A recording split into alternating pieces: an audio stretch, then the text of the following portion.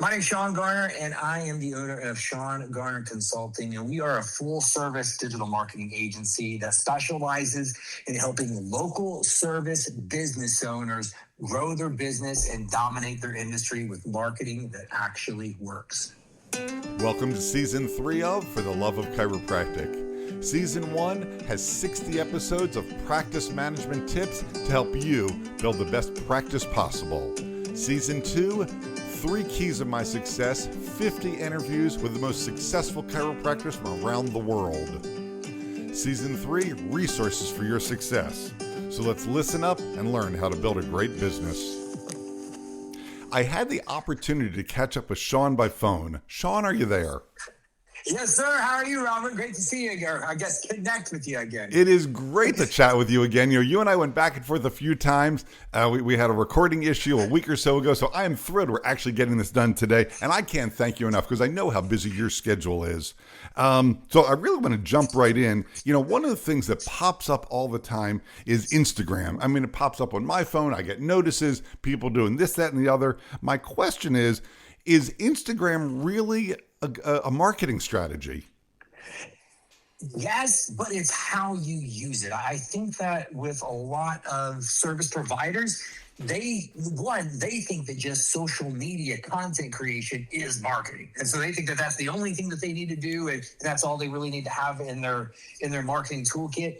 But I think that a lot of them are confused of how to use social media. So what I kind of always tell clients is there's kind of 2 different ways that you can leverage social media for your business. Number 1 is kind of almost like billboard content.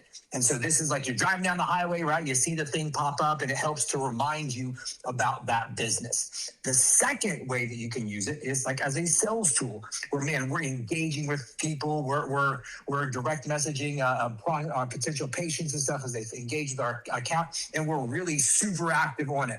Well, what happens is a lot of businesses, they're creating billboard content and putting billboard effort into their social media, but they're expecting it to function like a sales tool. And it doesn't really work that way. So if we're going to leverage social media, and that's the goal, to use it as a sales asset, well, it needs to be treated like a sales asset. So as far as the effort of the content that we're putting in, how consistent we are with it, how we're engaging, how active we are, that needs to be done. If not, and I think that this is probably the case for, I would say, the majority of business owners, you don't need to put that much into it, but you do still need to be consistent because you still do at least at a minimum want that billboard style content.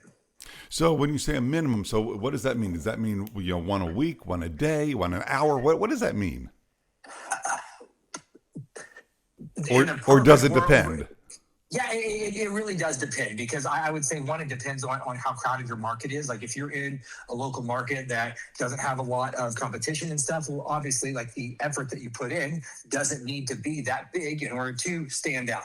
For me, at least a bare minimum, I would say, is at least 3 times a week have something going out there on social media, just because of that billboard content. Because now in the digital world, whenever a, prospect, potential patient is looking for a provider and they are scrolling on social media, they are looking for kind of that social proof. So think about your social media assets as like your digital storefront.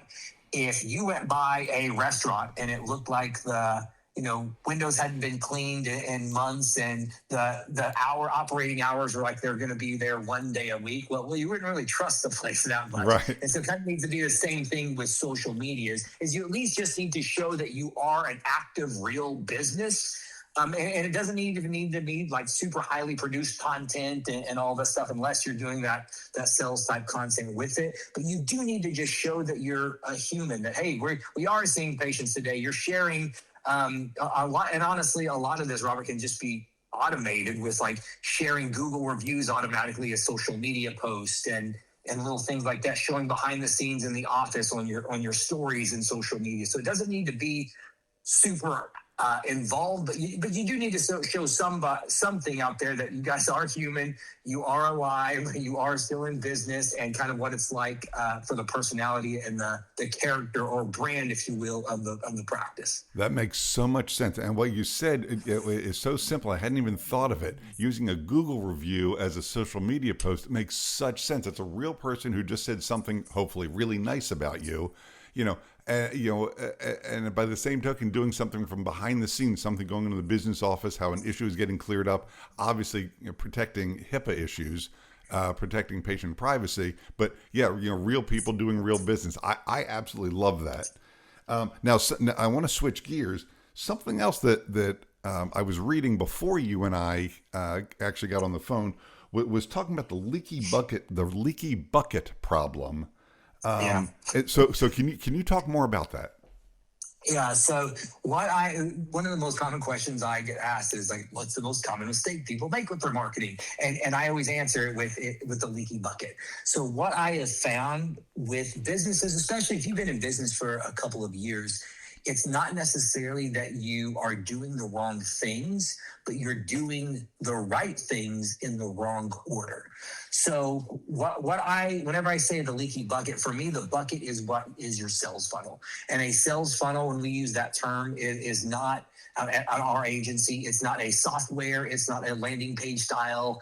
It's not something like ClickFunnels or Go High Level. For us, when we use the term sales funnel, that is your journey from taking a prospect from not knowing who you are to becoming a super fan patient for life. And so it's the complete journey of your branding with your visual logos, colors, fonts, your messaging. I'm a certified story brand coach, so we want to make sure we have a really clear message. It's your website. Your website should be your greatest sales asset. It should be collecting leads and making you money. It is your lead generators on your website. So if you have any type of like checklist, mini course, quiz people can do, so you're capturing information. It's the follow-up sequence. It is plugging in all of that data into some type of a CRM tool. That is your bucket. That is your sales funnel. And so what's happening is a lot of practices, they are putting all of this effort into things like Google Ads, social media content, SEO, and all of these things without having the bucket in place. So what's happening is you are pouring water, effort, time, energy into this sales funnel, but it's just spilling out, and you're frustrated that your marketing's not working. And it's not because you're doing the wrong things, but because you didn't spend the time building the foundation of a solid sales funnel. Things are pouring out and you don't know what the issue is. Sure. And even if it is working, because I think marketing works, for everybody to some degree, there's some holes in that funnel. It's like, if you would just do this, they stop leaking out of that hole. Yeah, 100%. And you don't, unless you have a framework to compare that to, sure, it's going to be really difficult to know, what is the issue of where these leads leaking out from. So now you said something a moment ago. You mentioned the whole SEO game. So and people talk about there are different columns and pillars. And how do you frame that out? What does that look like to you? Yeah.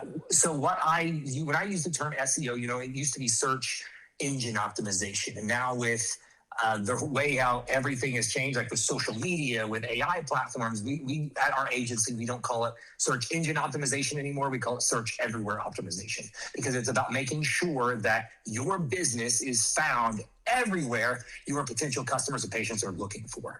So how I like to kind of teach it is, we call it the 4-pillar approach, and I kind of relate it to like building a house, because people can understand how that works. And so if our goal is to be found everywhere our potential patients are looking for, we need to do SEO. We need to optimize everything, so as our potential customers are searching for it, we show up everywhere. So the first thing that you have to understand with this and how this all works is we need to make sure that we have a really good foundation for our digital presence, for our website. So that's something that's called technical SEO. And that's a lot of things, Robert, that are kind of behind the scenes that you really can't see if you're just looking at a website. Mm-hmm. It can look really good, but the back-end technical stuff could be broken. And if that's the case, Google and these crawlers like ChatGPT and stuff, they are not going to trust your website. So if we're relating it to the digital world, right? To the real estate analogy here, that's like having a cracked foundation in your house, right? Whenever you're just driving by, the house could look beautiful,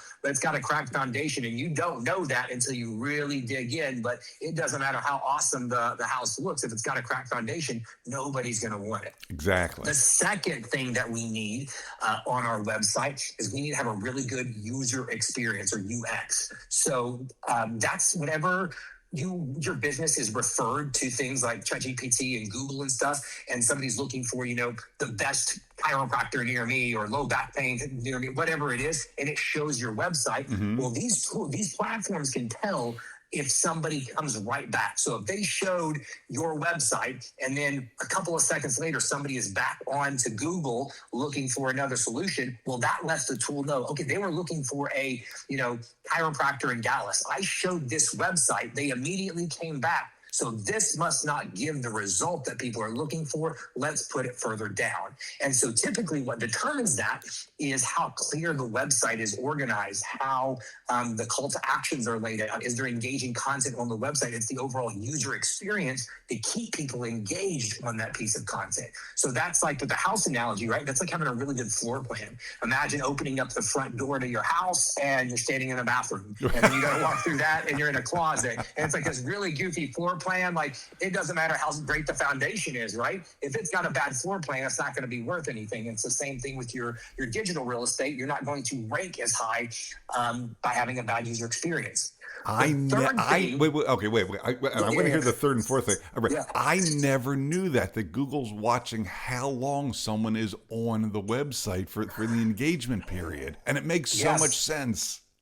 So they can tell, it's called like the bounce rate, right? So they can tell how long somebody's on the page, if they're engaging with it, because those factors influence it, right? Because Google is not trying to, the thing everybody has to know with SEO, if you hire me, you hire another agency, there's not like a magic button that we're pressing that is, somebody's paying for SEO, so now I can flip the switch and now they're number one on Google. It doesn't work like that. SEO is, if I could boil it down, it is nothing more than being clear and proving it to Google. That's what it is. So if you really are the best chiropractor in your area, well, prove it and be clear about it. What services do you provide? What treatments do you offer? That's what all of this really boils down to is, are you really who you say you are, and can you prove it to Google? Because everybody's going to say they're the best.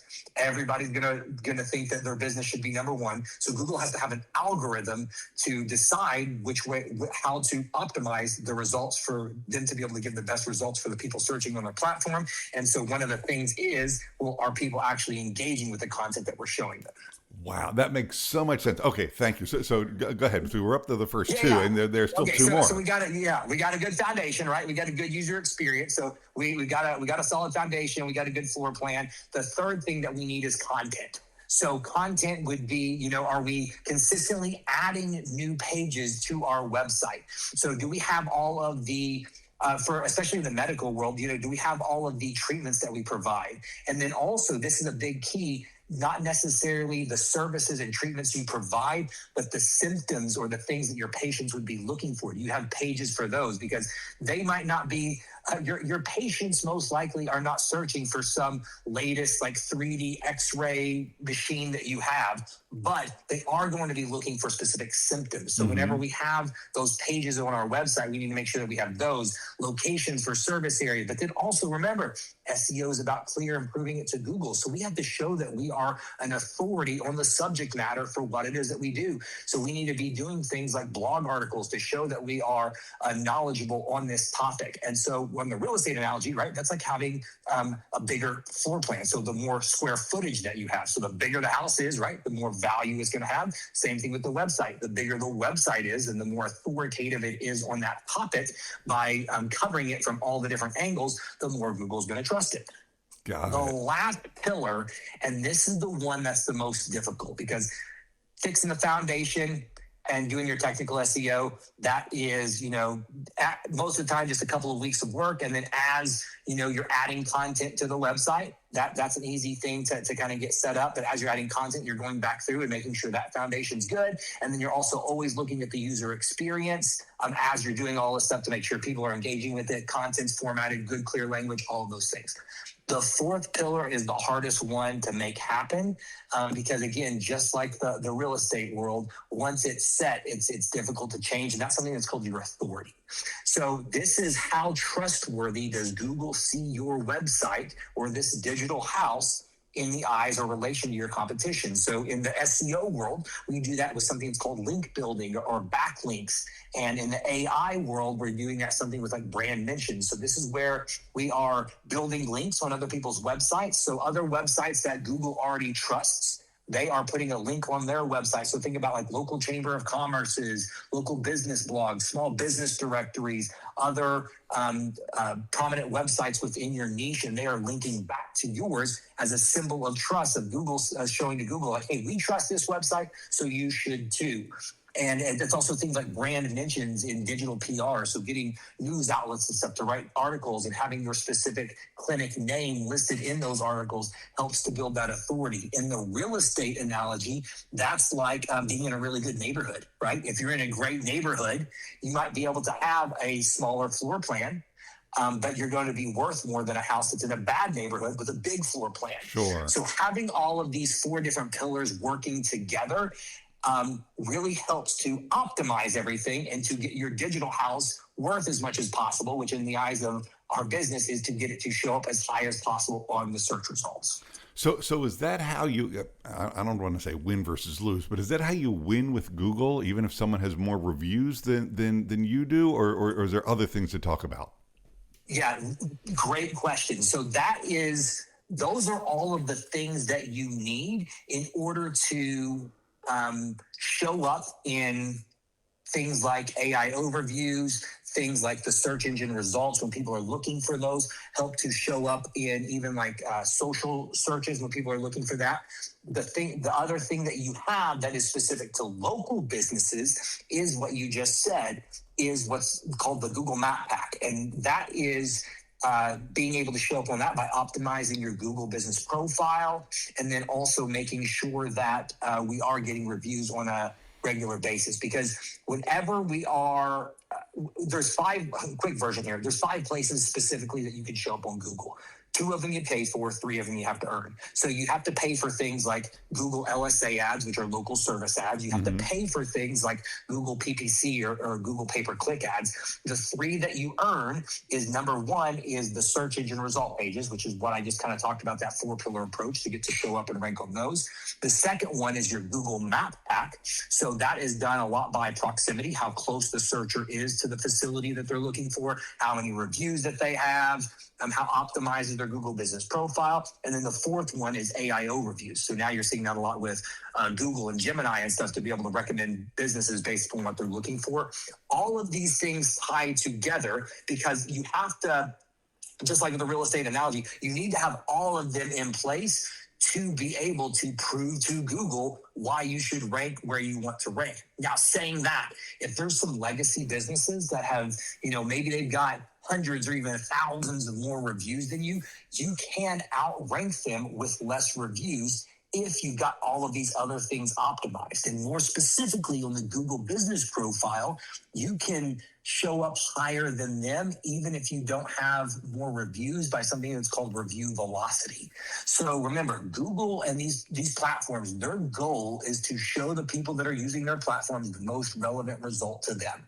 So if there's been a business that's been in business for 20 years, let's say they have several hundred reviews, and there's a new business that's been in business maybe 6 months or a year, and they're getting review, and the legacy business is getting 1-2 reviews a month because they feel confident, they've kind of slowed down. But this new guy in town, man, he's getting like 20-30 reviews a month, and he doesn't have as many, but he's getting more. Well, Google sees that as, wow, this business isn't as active. This seems very popular. More people are engaging with it. So it should show up higher than this other one. So we've Oh. actually done that a lot with our clients that we work with by helping them to automate this review process. Because I'll tell you this, if you rely on the front desk staff to do it, they're probably going to forget and not do it. So by automating the process, and we're able to get more reviews than our reviews faster than our competition, that's how we start to outrank them in the Google Map Pack. Even before we catch them on the quantity, we beat them on velocity. I love that. And again, it makes total sense. All Google cares about is showing people what people want. And if that's the new hot ticket, then yeah, they're going to be showing the new hot ticket. That makes such sense. Yes. So you said something when you started talking about that. You used the words social search, and then you mentioned things like artificial intelligence, and it occurs to me that right years ago, if you go to search something, or even last year for that matter, you would just type it into Google and it would show you the list or the map, or etc. But now, like if I do a search on my phone, AI jumps in and AI gives me a summary of what's there. So is there a way to have to have your chiropractic practice show up in AI when someone asks the question? Absolutely. And the quick version is everything that I just said. So SEO, how most agencies do SEO is the traditional search engine optimization and just trying to get you to show up on Google.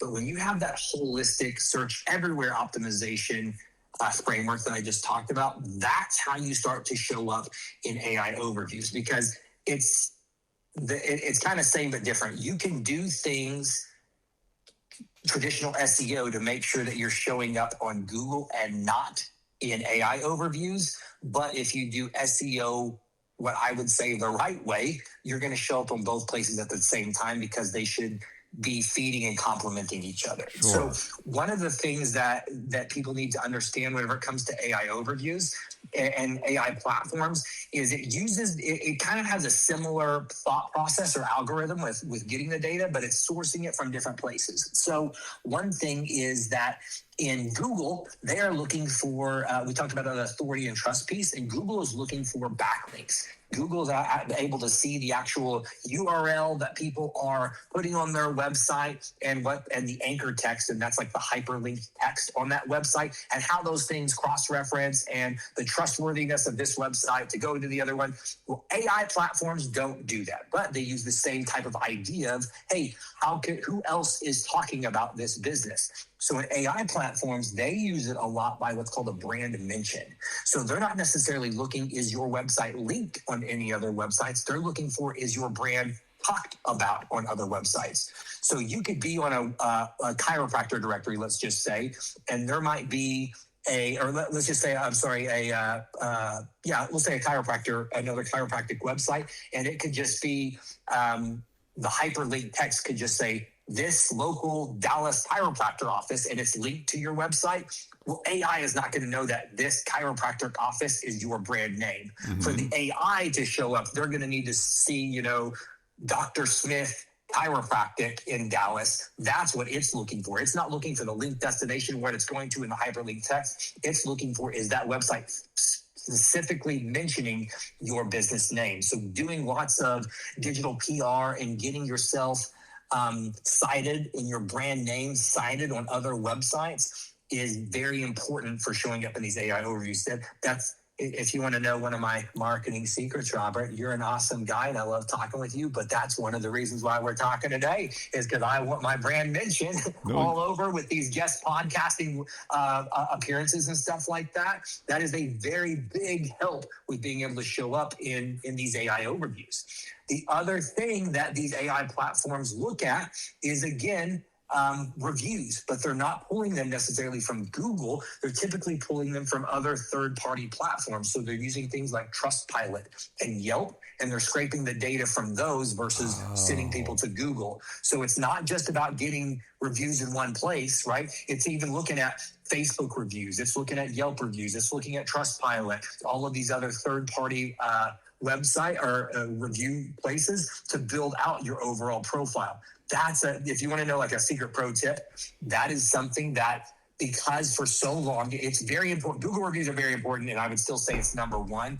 But so many small businesses are sleeping on the opportunity of Yelp reviews, social media reviews on Facebook and stuff like that, and specifically Trustpilot reviews. Nobody's really doing that. So typically, if you just get like 10 reviews on those platforms, you're going to have more than your competition in the local area. Oh, that's nuts. Okay, so Shawn, you have just given a ton of information. So I've got to ask you two final questions because we're almost out of time. So, well, my first question would be, and you're in business, and you obviously have a fantastic marketing company and consulting work. What are the questions that somebody should ask of any marketing consulting company before they hire them? Oh man, I love this because I have a pet peeve against this and agency red flags to look for. I would say this. One is they need to be very clear on the actual deliverables that they're going to be giving you. And if you don't understand those deliverables, you need to ask them to explain it in very simple terms, and more specifically, how those deliverables are going to help your business grow. Because what I have found specifically in the SEO world is a lot of businesses will pay for a monthly SEO retainer, but they're not getting monthly SEO deliverables. So the big things that you need to do on a consistent basis to continue to grow with your SEO rankings is you should be adding content to your website on a regular basis, and you should be adding new backlinks or digital PR on a regular basis. If your agency is not doing that every single month and you are paying for SEO services every single month, I'm just going to be honest, you're getting ripped off because they're not doing anything each month to move the needle on your business and grow it. What they're doing most likely is they're just sending you like generic keyword ranking reports and data tracking, and you're just paying for reporting is all that you're doing. So you need to be they need to be extremely clear on what the deliverables are and how those deliverables help your business. The other thing that I would say is a big pet peeve is ask what the communication is like and who you're going to be working with. Because we're obviously a very small boutique agency. It's called Shawn Garner Consulting for a reason.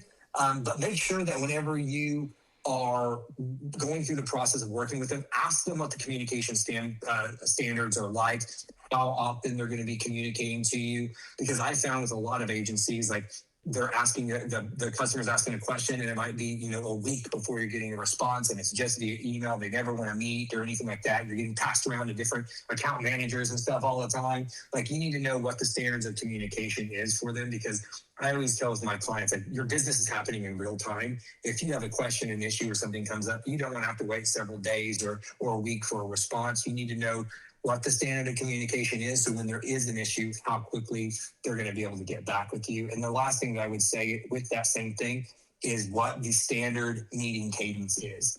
You should be meeting with them minimum quarterly, but depending on like the package that you're with and how much they're doing for you, it possibly most likely at least monthly. You're having a meeting where you're discussing the strategy, reviewing things together. And if they're not explaining the data to you in a way that you understand, you need to ask a lot of questions and also somewhat a little bit self-educate, because if you don't understand what it is that they're doing, that's a really easy way for malicious agencies to take advantage of you. Yeah, sadly, that makes sense. I understand that. Yeah. All right. So sadly, our time is at an end. I've got to ask you, if someone wants to get in touch with you, how do they do that? Yeah, so the easiest way and the best way is just our website. It's ShawnGarner.co, SeanGarner.co, ShawnGarner.co.